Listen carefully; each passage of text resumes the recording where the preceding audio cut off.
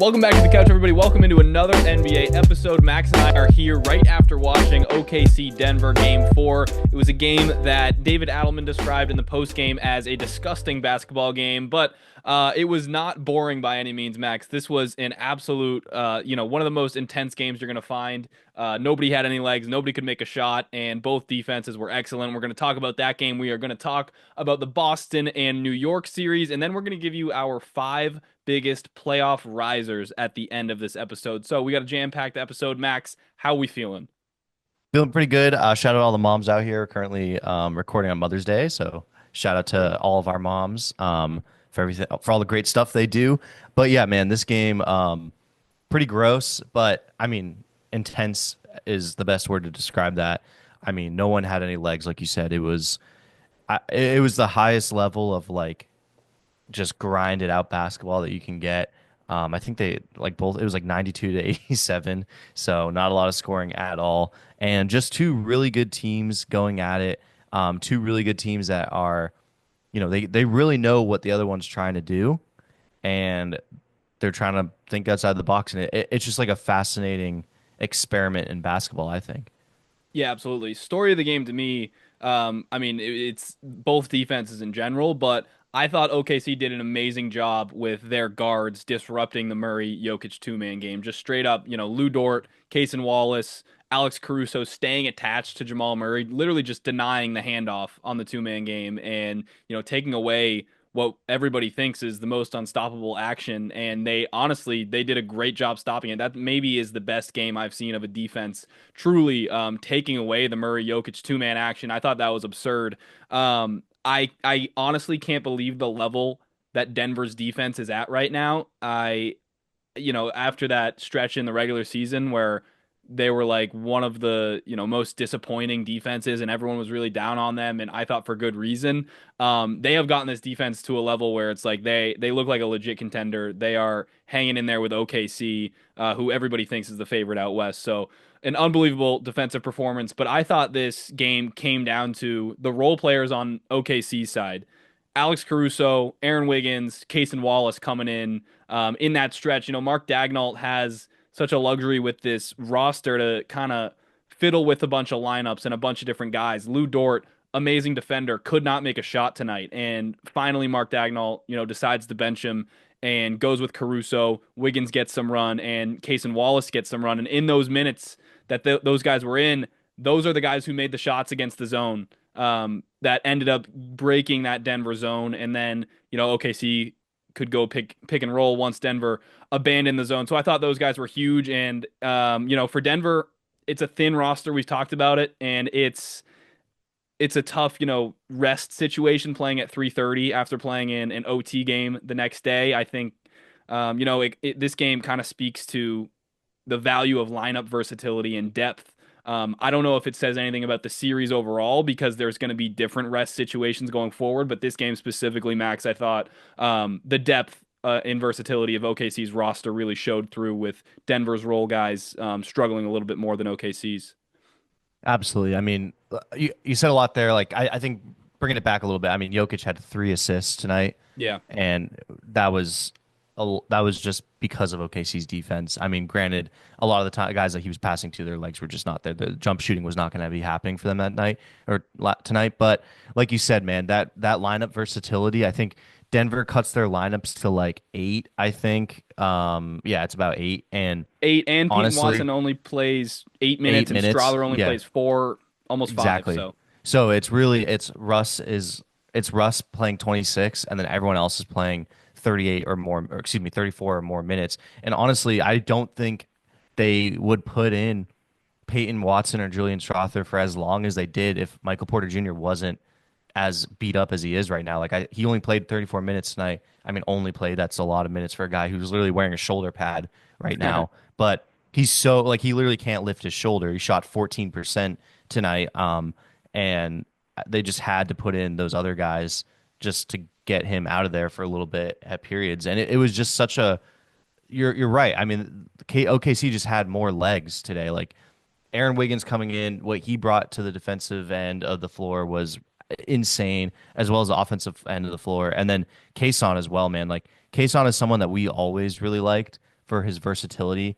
How he played hitting those huge big threes today were just he was so important to OKC, and he was definitely what put them over top. I mean, like you said, those wing plays, that wing play, like Denver was struggling, and this is a hard fought series. I think obviously we were texting about this today. I mean, the fact that they're even here right now after firing their coach about a month ago is shocking. And I know how good Jokic is, so it's like when you have a guy like that, you're always in it. But honestly, the other guys have really stepped up to the point where I thought this was going to be like a clean sweep, and the fact that they've got 2 games and kept it close in a third is pretty fascinating to me. And honestly, I don't think OKC is out of the water here yet. Like, do you? Like, do you think? No, no, definitely not. Like I said, I think a lot of this game is,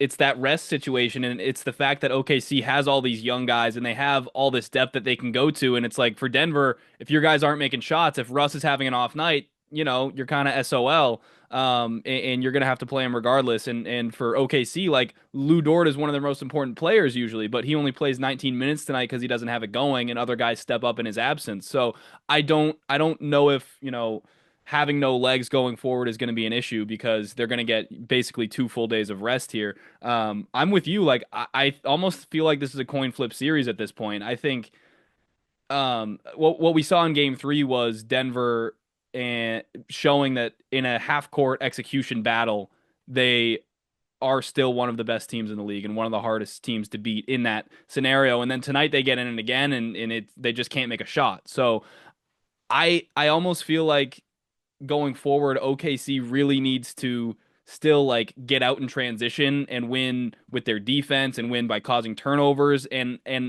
even though they won in this fashion tonight in a clutch scenario, I just feel better about Denver in the clutch.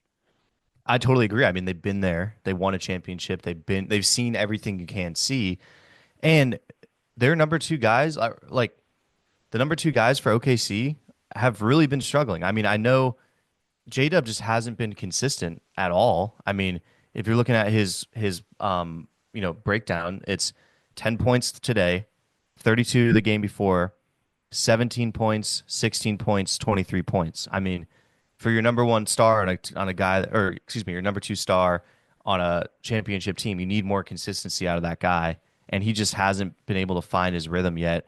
And I think tonight he only took 13 shots. You're going to want more from him, especially in a game like this where it's, a drag it out, low scoring game. You're going to want guys to get more shots up just for more opportunities to score. I mean, a part of that obviously is the defensive versatility of Denver for sure.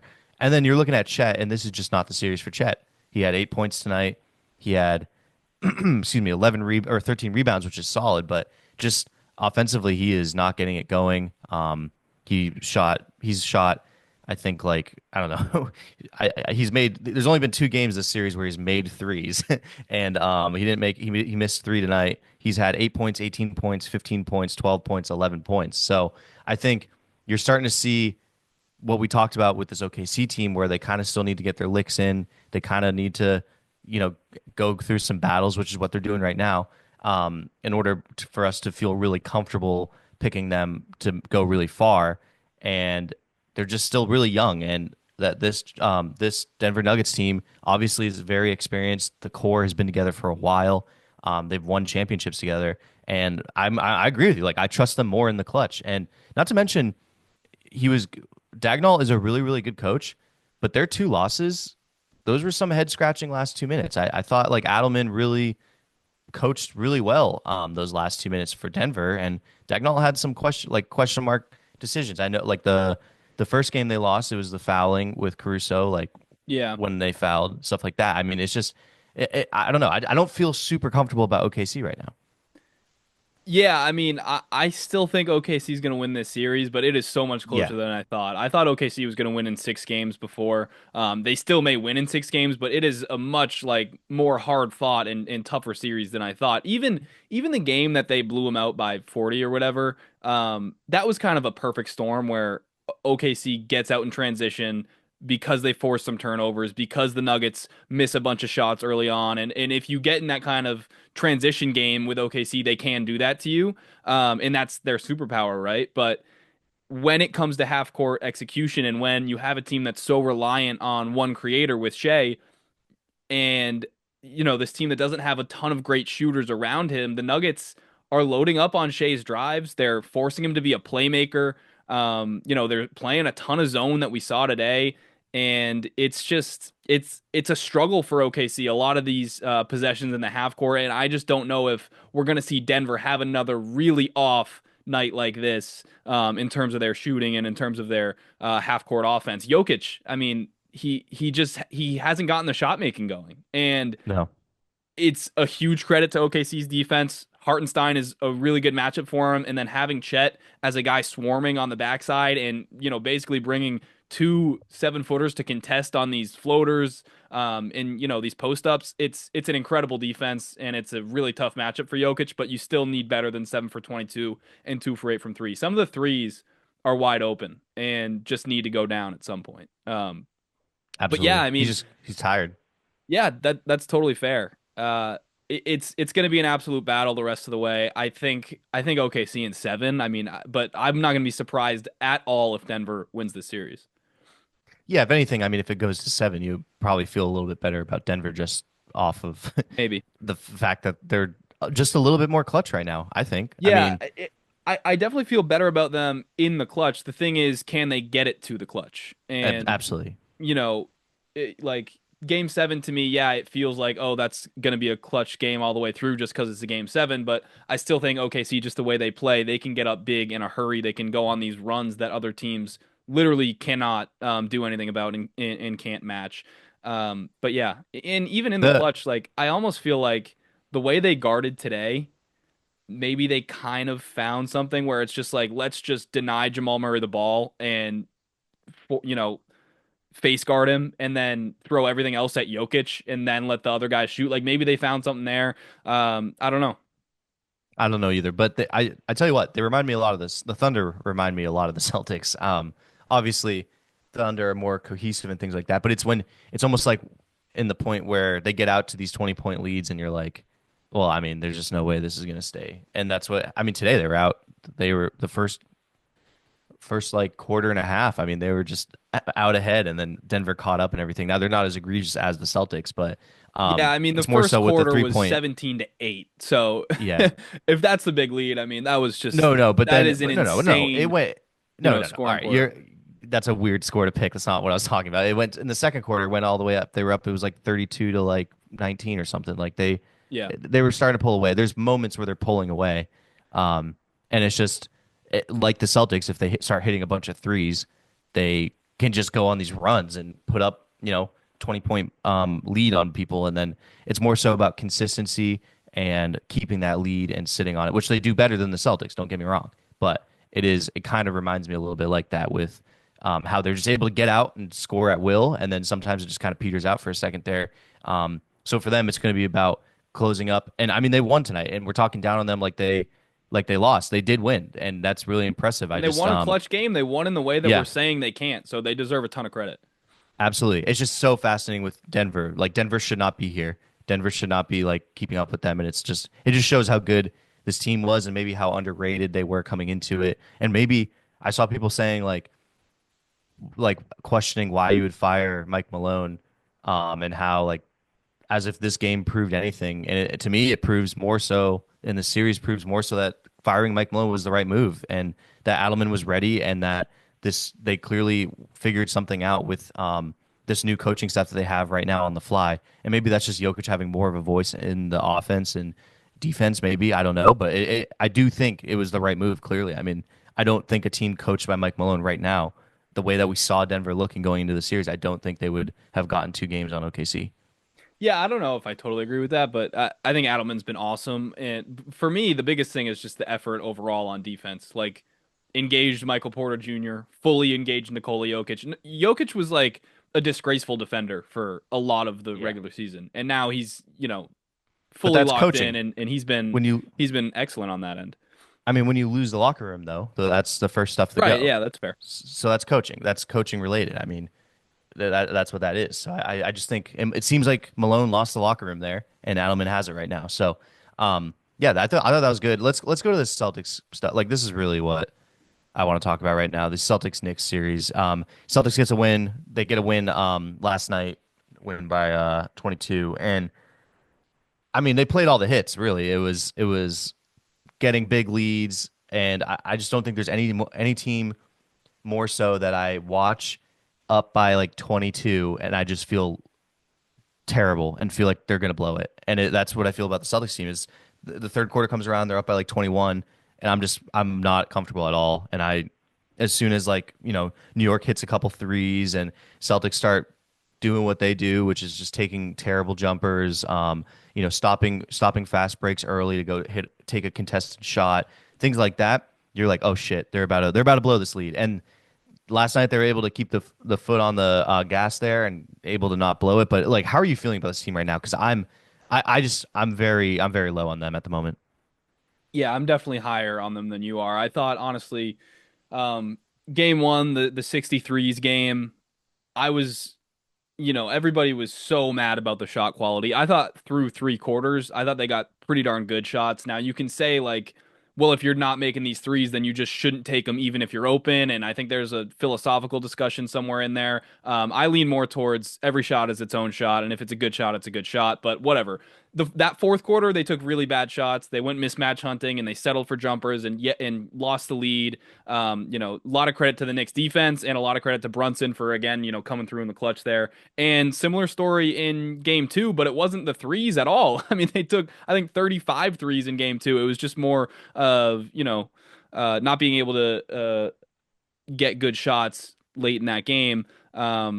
And capitalize on the mismatches. And then even in game three, which I thought, was easily the best shot quality of any of the three games, very clear that they made major adjustments on, certain actions and stuff.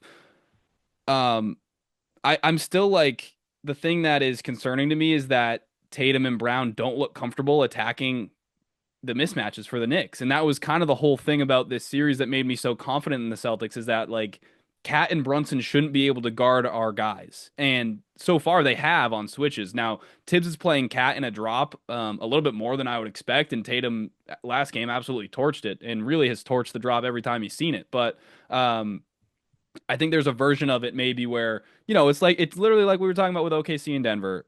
If the Knicks can get it to the last 5 minutes and to be a close game, you're not going to feel good about the Celtics.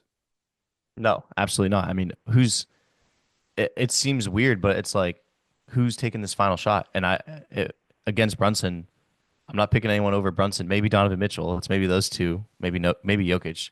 I think those are the guys that's like, who would I want taking a final shot in a game for a game winner? It's probably one of those three guys. And And no one on the Celtics is close. no one on the Celtics is even close. And honestly, if you were to pick a guy, you'd probably pick Pritchard over anyone else. Like seriously, Maybe, yeah. because I mean Tatum. Just how many times have we seen? We know exactly what he's going to do. The Knicks know exactly what he's going to do. The Celtics know exactly what he's going to do. Every final play, and he does it and he misses. And then you have Brown. It's the same idea. It's just this team. I mean, they look super uncomfortable, like you said. That was a really good point. They don't look comfortable playing right now in what the Knicks are offering them, and they should be able to attack it because they have done it all year long. They were able to attack the Knicks, and they just for whatever reason. They play poorly at home every time, and they lose at home constantly. And then they just don't like Brown. Brown looks terrible. I mean, last night he started off kind of hot, and then he just isn't looking great. The real issue though is Kristaps Porzingis. I don't know what is going on with him. He is clearly this virus is messing with him, but I don't know a virus that like messes with your athleticism and your like engagement and your head like that. It's just I energy. get like I mean, it takes the energy out of you. He's clearly not right. So yeah, I get that, but I mean it's like I don't know. It's surprising how bad he has been. And I mean they're pretty beat up with injuries. Like I think Drew and Derek White being healthy is key and Al Horford because Al Horford is just so ridiculously important to this team. I mean, the versatility that he brings to the floor on both sides is it can't be understated how important he is to this basketball team. And a lot of the reason they won last night was Al Horford making huge plays and just being as good as he was. But I mean, this I just don't feel comfortable with this team. And I don't see them winning a title right now. I think I'd be very surprised if they make it all the way right now. I mean, they're not in a rhythm, and I don't see it getting better as the playoffs go on. I mean, we've seen this happen with Brown and Tatum before, and I mean they've been to the finals twice already, and both of those guys did not get it together. So I mean, I know they ended up winning last year, but I don't feel comfortable right now Yeah, just shooing them in as yeah, that's fair. I'm still a lot higher on them than you. Like I thought they played an excellent game last game. Yeah, they made some tough shots. Yeah, there was some shooting variance stuff that you could point to and say, well, they were bound to make some threes eventually. But I think, the team overall looked really good. The thing I'm concerned with going forward is like if we run into a team like OKC, that can just switch everything and have these guys like then the mismatch hunting is basically pointless and we're relying on Tatum and Brown to create against elite defenders on a really good defense. Like then that's where I think they have maybe met their match. But in terms of this round, like I think they're going to beat the Knicks. I wouldn't be surprised if they win three straight and win in sixth. Beyond that, it's going to be a battle to beat either Cleveland or Indiana. And then if it comes down to, I mean, who do we think is going to come out of the West? Like Denver, OKC, Minnesota, or the Warriors. I mean, I don't want to see either one of Denver or OKC. So, absolutely. And yeah, the Warriors, I mean, the Warriors are in their head. I don't think that's an the aspect of this Warriors is team the that's exact type of defense that can just completely flummox the Celtics offense. But again, the absolutely. one thing we haven't mentioned though is the Celtics defense has been absolutely amazing. Yeah, it's been insane. I mean, So, What Drew Holiday does, if you just want to have a nerdgasm, watch Drew Holiday guard Jalen Brunson and what they're trying to get him switched onto Horford or whoever else refuses is to be on the floor, switched. Yeah. and he just doesn't allow that to happen. And if you're a young guard and you're trying to figure out how to navigate screens, just watch what Drew Holiday does. And I'm definitely gonna make when I have a child, gonna make him watch that because or her watch that because I mean, just watch it. It's fascinating. Like he does not allow himself to be screened, and every action is they're trying to get Jalen Brunson to switch on to probably Al Horford or Pritchard or whoever's on the floor that is the weakest defender. And Drew just does not allow that to happen. And it's fucking awesome. And it's so fun to watch. But one thing I've been noticing is Jalen Brown off ball defense has been atrocious. He's been caught ball watching a ton. He's That falling asleep in the corner. Yeah, was a It's game. It was terrible. game one where OG sparks the Yeah, run, and it's Brown giving up that corner three. just ball watching. He's sitting there watching Brunson and just loses his man. Like stuff that like we're taught this in third grade. I mean, it's just stuff that you can't be doing, and it's just sometimes he kind of loses his head, and his off-ball defense has been terrible, and he's a really good defender usually, so that's tough. But I mean, Derek White like the his defensive ability at his size, the way that he blocks shots like a guard, he had like two or three huge blocks last night. He was awesome Um, yesterday. like off the backboard, just he was incredible. And yeah, it really starts with him and Drew. They set the defensive tone, and all the guys work hard on defense. But I mean, that's definitely their saving grace in this series. They're going to have to hope for that 3-point variance, like we talked about, and then just continue to rely on their defense. And I do like that Joe Mazzulla is saying, let's not get in our heads. Let's not go away from what made us great, which is shooting threes and playing the Missoula ball. Let's keep going with what we're doing, and eventually the stats will catch up and variance will catch up. I do like that aspect of it, but what I liked yesterday was that you could tell they were making a conceded effort to not pass up at open shots at the rim, which they were doing before, where they would have, they would pass up shots close to the rim for 3-pointers, and that would drive me nuts. Last night they didn't do it, with the exception of Peyton Pritchard driving down. It was a 3-on-2, and he pulls up and takes a three and airballs Yeah. it. That drove me nuts. I hate when they do shit like that. But I did think they made a conceded effort to actually get to the rim at points when the defense allowed for them to do that, and I like that. I don't love 63s. I love I like the way they played last night better, where they're taking more threes or less threes, excuse me, but it's just within the flow of the offense more.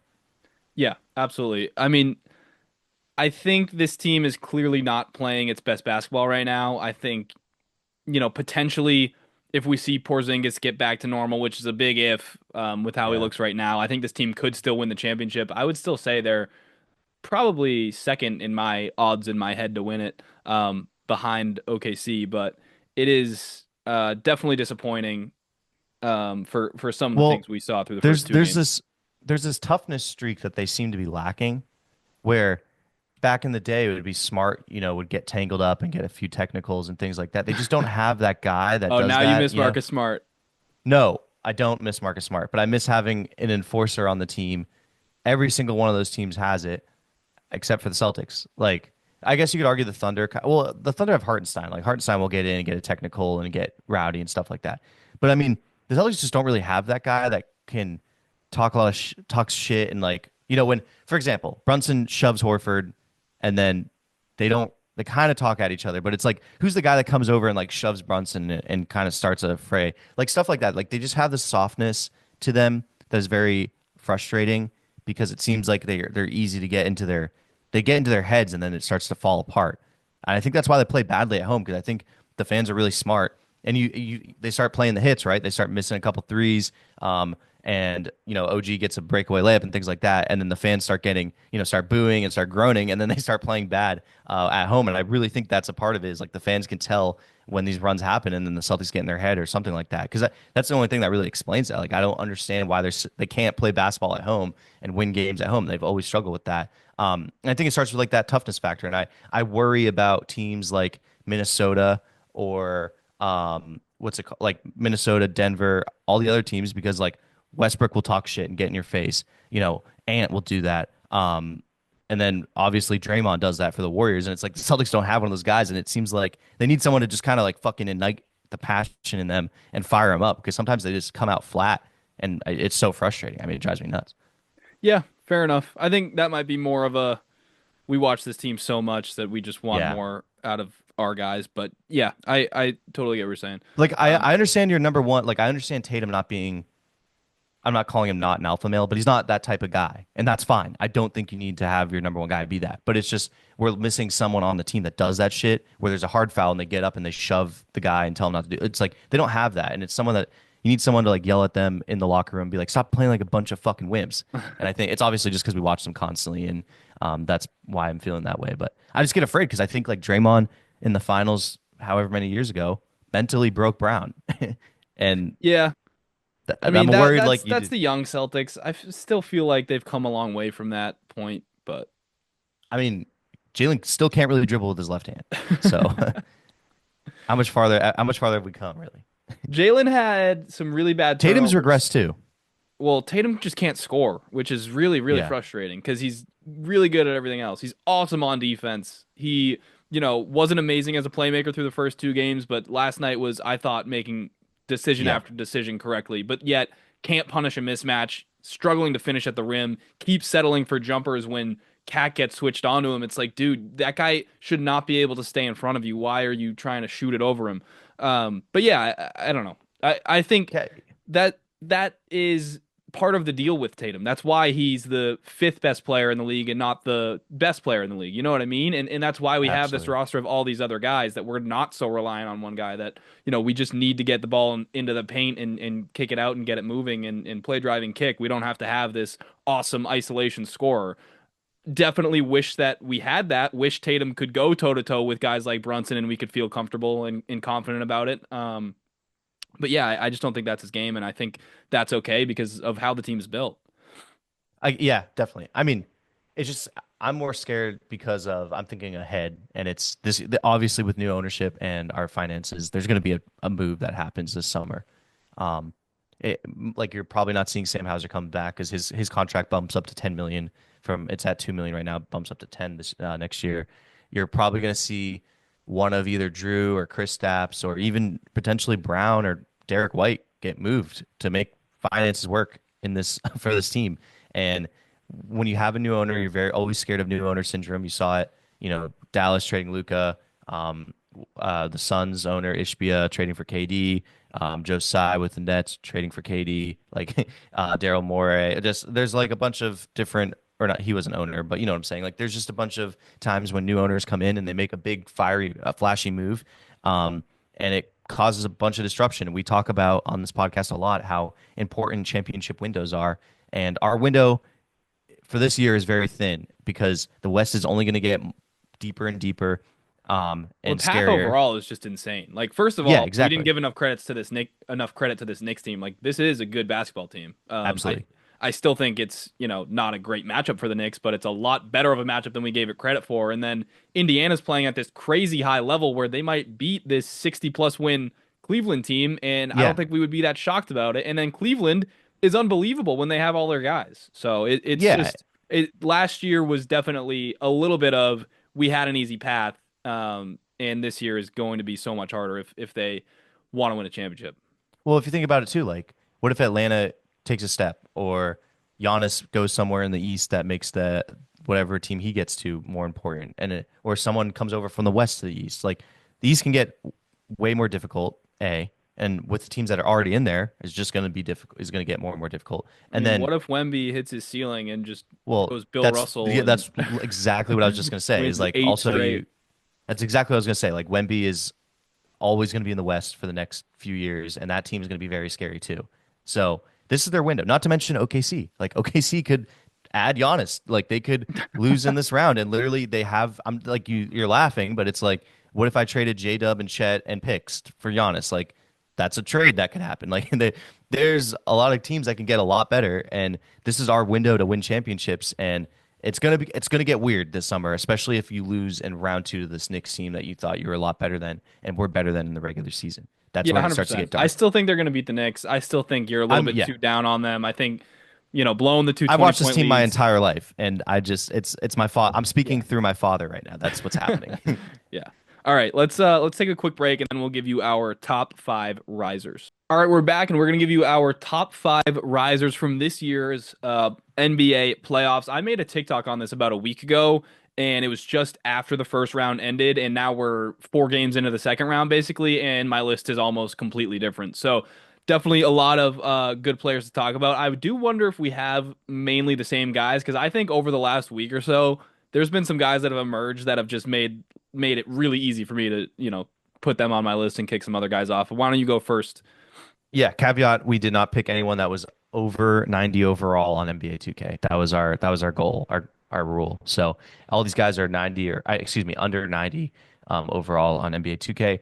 I have not looked at that TikTok, so I don't know any of these guys that you may have. I do think we might have some of the same because you and I text every night about a different guy, and usually it's just me texting the guy's name in all caps. But okay, number one for me, I'm gonna go from like lower riser to the highest riser, in my opinion. Hmm. Um, Max Strus.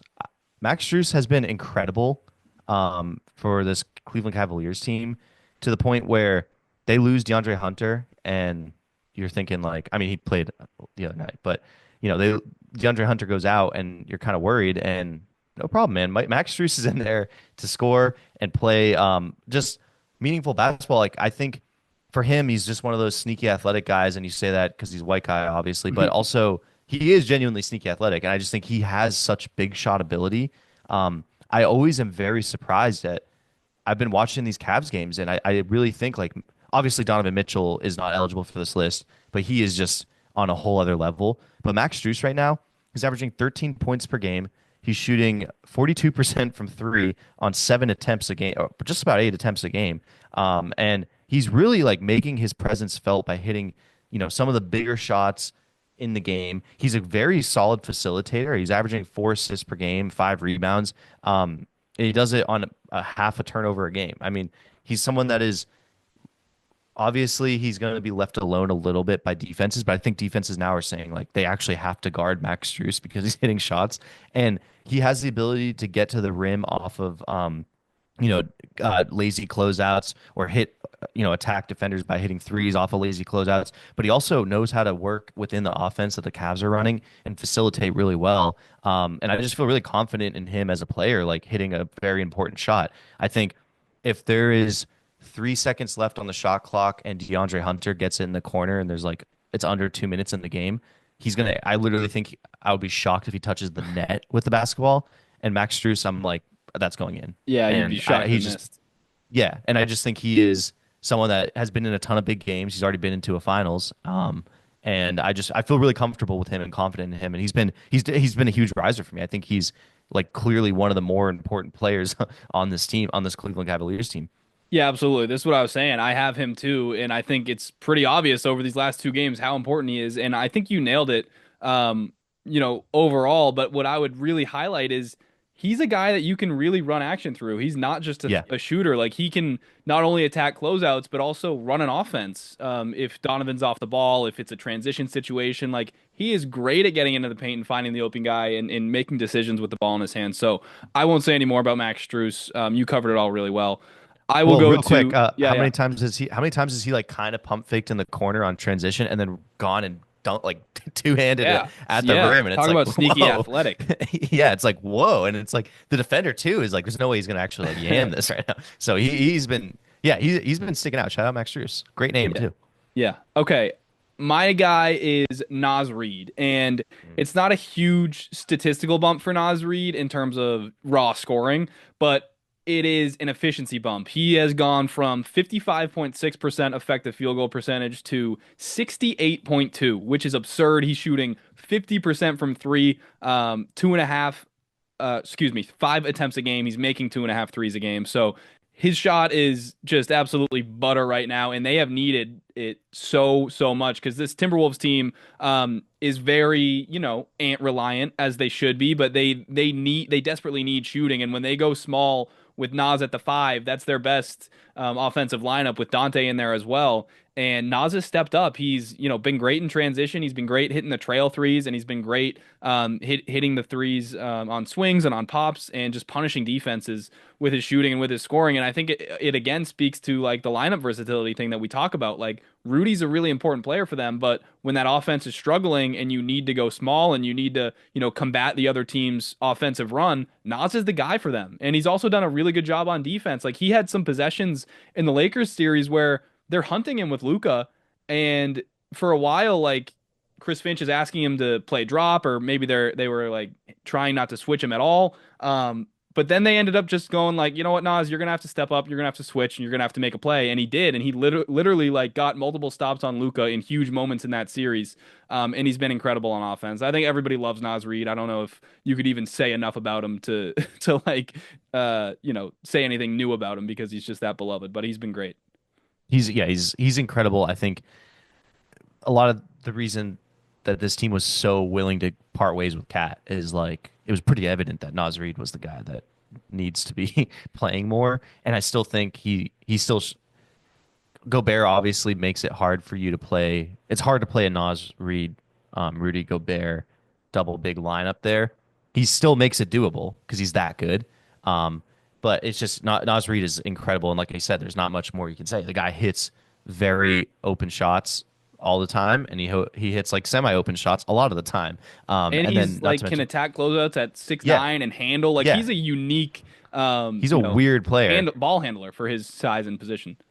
because he's one of those guys that you can like.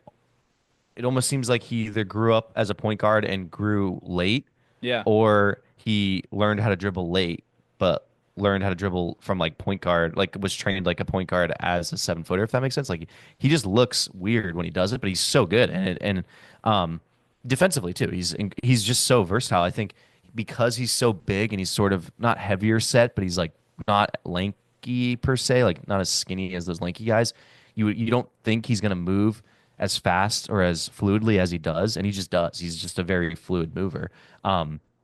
And he's very surprising on the court. So Nas Reed, I mean, he's a pod favorite for sure. I think we absolutely love him. He's a guy that this offseason is going to be really interesting for him because he's clearly worth more than what he's being paid, and I think he can test the open waters, or he can it could be interesting there because if I'm Minnesota, I'm throwing some cash at that guy, but Yeah. they're kind of tied up with their books right now. So especially with Randall playing better, I don't know what they end up doing, but it's clear their priority should be to keep Nas. So he's a guy that can make another team really good if he ends up leaving. My next player, Aaron Nesmith. You and I have texted about him quite often. In fact, we said that this guy, he's a guy that would be fucking awesome on you know who, the Celtics, because one, he has balls and is willing to get chippy and just be a fucking maniac. And two, he just plays so hard. I think we never actually. I texted something about Aaron Nesmith being on the Celtics, and you said I think we might have watched the same sequence and thought the same thing. It was a sequence when he came in and dunked it on Mitchell. Was that the sequence you were talking Yeah. about? Because that's what I was thinking of. And I mean, it's just one of those plays. Like the guy plays like a fucking this doesn't make sense, but he plays like a pogo stick. I don't know why that is what I feel, but it's like it's just intent drilling, and he plays so fucking hard. He puts his body in the line, he dives on the floor, and then not to mention he's shooting like 50% from three, or 55% on like 5 attempts, hitting three of them. He's just playing incredible right now, and another guy like Strus, where you feel comfortable when he's a part of the action. You don't feel uncomfortable with him, and he's a very legit two-way guy, like a two-way wing, and you can't have enough of those guys. Couple that with his intensity and his, the fact that he's been there before in the Eastern Conference Finals and has shown up in big moments. I like Neesmith's taken a real leap here, and I think with the Celtics, what you saw there was he was a shell-shocked kid that would airball a lot of corner threes and look like he wasn't supposed to be out there, and the moment was too big. Something clicked in him when the Celtics traded him, and now he's a fucking dog, and he's not afraid of the moment. He's not afraid of anyone. He thinks he's the best guy on the floor, and he's playing really, really well. So he's a big riser for me. Yeah, I love it. It's so weird with him because he came out of the draft as this awesome shooting prospect and then was literally just a defender and energy guy for the Celtics and couldn't hit Yeah. a shot. And now that the shot's going, he is a super valuable two-way player and a starter on an unbelievable team. Um, I agree with everything you said. I have his teammate who is on this list Uh, annually now, Andrew Nemhard, yeah. who after shooting 29% in the regular season from three is now shooting 50%. It just something happens to him when he gets into the playoffs that he just the basket looks bigger. He went from averaging 10 in the regular season all the way up to 15 now. He hasn't had his best games recently, but the playoffs overall, it's just a different player from the regular season. Like he looks so much more comfortable taking these big shots, creating on his own, scoring on an island on fast breaks. He's got this shoulder bump move, which is just like he's going full speed and he just gives you the Yeah. shoulder and it's just throwing guys off and like you'll see guys, stumbling back like out of bounds, and Nemhard has a wide open layup because he's perfected this move on the fast break. So he's been a really fun watch. There's just something about it. I don't know. There's nothing. It's indescribable what happens to him when he gets in the playoffs. I hope it continues his whole career. I hope he averages 8 points for the rest of his career in the regular season and then just explodes every playoff. So it'd be 24 in the hilarious. playoff. Yeah. Well, I said something about I would have Jokic, Brunson, and I forget who else, and I forgot Nemhard. Like Nemhard actually should be on that list too because I mean he's already hit a game winner, or no, wait, not a game winner, or like a game. He's hit some huge shots already. I think game one Yeah. of he hit a game winner against the Bucks, I believe, in this year's playoffs already. So he's already hitting big shots again. He's insane. Like he's built for the playoffs, and it's so weird because, like you said, he doesn't play like that. Like he plays hard always in the regular season. I think every time I've been to a Pacers game, I've come back and said Nemhard's the guy that I watch the entire The time. defense is Um, ridiculous. Like, yeah, he's just full court guarding you yeah. the hardest he can. It's insane. But his shot making just goes up a level in the playoffs, and it's undescribable. I don't get how it works. But yeah, it's such a good pick. He was on the list as well for me. My next guy is going to be Alex Caruso. Actually, I think a lot of people, same thing. I mean, a lot of people um, that they make that trade right, and they're like, "Holy fuck, OKC just fleeced Chicago and got like they all they had to give up was Giddy." And then in the regular season, Giddy starts to pop and really starts playing well. And Caruso was, injured for parts of it, and he just wasn't really playing up to his level that we've seen him, in LA and in Chicago. And then the playoffs roll around, and this guy is just built for the playoffs. He's their Drew Holiday. He does everything right. I don't know why I said Holiday, kind of weird like that, but he is their Drew Holiday. He does everything right. He's the energy of the team, and he's just defensively. I mean, he's just a nightmare to go against. And then when he's hitting shots and facilitating and diving on the floor, he just does everything on the basketball floor that you could want him to do. And he's been super important to this Nuggets team. I mean, he was a huge reason they won tonight, or excuse me, to the Thunder team, and he was a huge reason the Thunder won tonight. Is just he, like you said, when Dort wasn't able to get it going, you had Caruso coming off the bench and just really making an impact. So Caruso is just incredible for this team, Yeah. and he's huge. He's an absolute madman. I mean, everything you said about him is true. And on top of it, he's like fighting for offensive rebounds and defensive rebounds with like Jokic and Gordon and like getting hands on the ball in these spots where you wouldn't think he would. He actually is really smart as a screener and tonight had a play late where, the first action gets blown up and then Caruso comes right up and brings Jokic into the action and the Thunder end up getting good stuff off it. And he's making big shots now. I think he's maybe the best off-ball guard defender in the league. You could say he's just the best guard defender in the league, and I wouldn't have any problem with it. But him off the ball specifically is insane. The way he can help and recover, gets hands on everything, like times his stunts and his helps so perfectly. I didn't have him on my list, but it's a great pick. I do have a guy that he's going against right now in Aaron Gordon, who Damn it. averaged 14.7 in the regular season and is now at 18.6, and he's been rock solid all the way through. Like the shot making, the jumper we talked about, he went from a bad shooter to a really reliable, 40+% shooter on pretty good volume. So you're getting, all that athleticism and size and rebounding and toughness and defense. And then you're adding on, he's a really good offensive player now and he can make big shots. He's just been unbelievable. So I don't know, Yeah. he's kind of been the definition of a riser. I know he had a really weird regular season in and out of the lineup. Well, he was my number one on this list because I mean, the leap that he's taken. First off, he's at 84 overall in NBA 2K. That Up is that. that is insane. That is ridiculous. He he's playing like a 92 overall, I'll tell you that much. And um yeah, I mean I don't want to just repeat everything you said, but when he got into Denver, you were like, this guy is so athletic that when he's just chilling in the dunker spot, Jokic is gonna change his career. And that was true, It but absolutely did change his it is career. definitely true. But he's added depth to his game. Like he just was never a shooter like what he's become now. And then they brought him in as this guy that can score from the dunker spot and then also just be a really, really good defender with his size and athleticism. And now he's an elite defender. Like that is just what Aaron Gordon is. He is an absolute dog who's an elite defender who has a ridiculous athleticism that's a great equalizer. And now he's shooting on top of it. I mean, you can't really get asked for much more than that right now. He's the definition of a riser. He's been playing incredible. And I think like this changes what your views are on the Nuggets if this is what he's going to be in the playoffs because you're not that far away with Aaron Gordon and Nikola Jokic playing the way that they're playing. You throw in Jamal Murray playing solid, and you got a really good team there. So Aaron Gordon is definitely a riser for me. I picked his teammate Christian Brown. I think the fact that this is year 3 or 4ish for him, and they just throw him in, and he's like, now you're going to be a starter on a team that wants to win the championship right now, and you're going to play very meaningful minutes, and he just does it, and he does it effectively and efficiently. Is really impressive to me. I love his game, and he hasn't been shooting well. So eventually, when he does start to shoot well, he can contribute even more. But he's averaging 11 and a half points per game. And really, with him, he's just so smart. The moment's never too big for him, and he's just such a winner. He's won at all levels. In high school, he won a state championship. He won, obviously, a national title with Kansas, and now he's just winning again with the Nuggets. So I think he's just one of those winning guys that you want on your basketball team. And watching him in this playoffs, I can't help but feel so impressed by him and the fact that he just got taken, as a kind of a late pick in the first and just thrown into this team and is playing important minutes. And you can argue like Nuggets would really be hurting without him.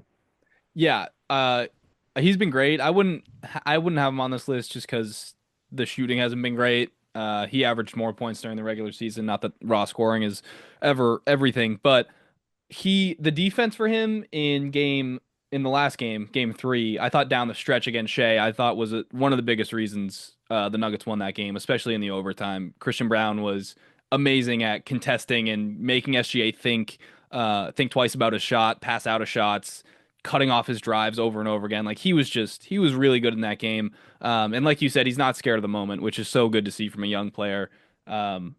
Especially, in these high leverage games and intense moments.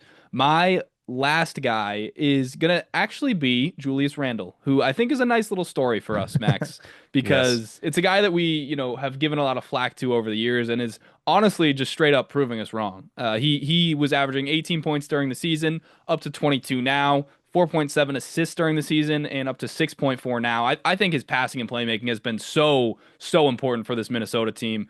He's been super unselfish, and you can see that the vision with him is there. Like he sees things that a lot of guys his size and position don't see in terms of just reading the floor and creating advantages for his team. He's just a really talented, gifted, natural passer. And I think, the bully ball stuff with him, sometimes it gets old. In the playoffs, not so much when it's working and when the shots are going in. I think he's been excellent. So I think he definitely deserves a shout here. He was mine too. That's funny that yeah, Yeah, I was gonna do this whole thing about how I should apologize to him and all this because well, I flip flop more than I would like to imagine because I remember if you remember, I was very pro this trade for you were. Minnesota.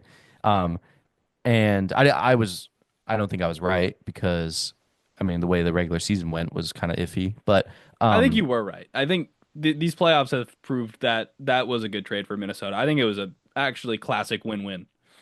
Absolutely. And I think with him, the style of basketball that he plays actually lends itself to playoff basketball where it gets down to the grinded out possessions and guys' legs are tired. And I just think a lot of jump shooting is tough. And I kind of want a guy that can just bully his way to the rim no matter how tired he is. And that's just what Julius Randle does. Not to mention, he is a great passer. Like, the frustrating thing about Julius Randle is not that he's a bad player, it's that we know how good he can be, and he just didn't do the things that he needed to be doing, which would get really frustrating for us. Sometimes he just liked the jab step too much. Yeah.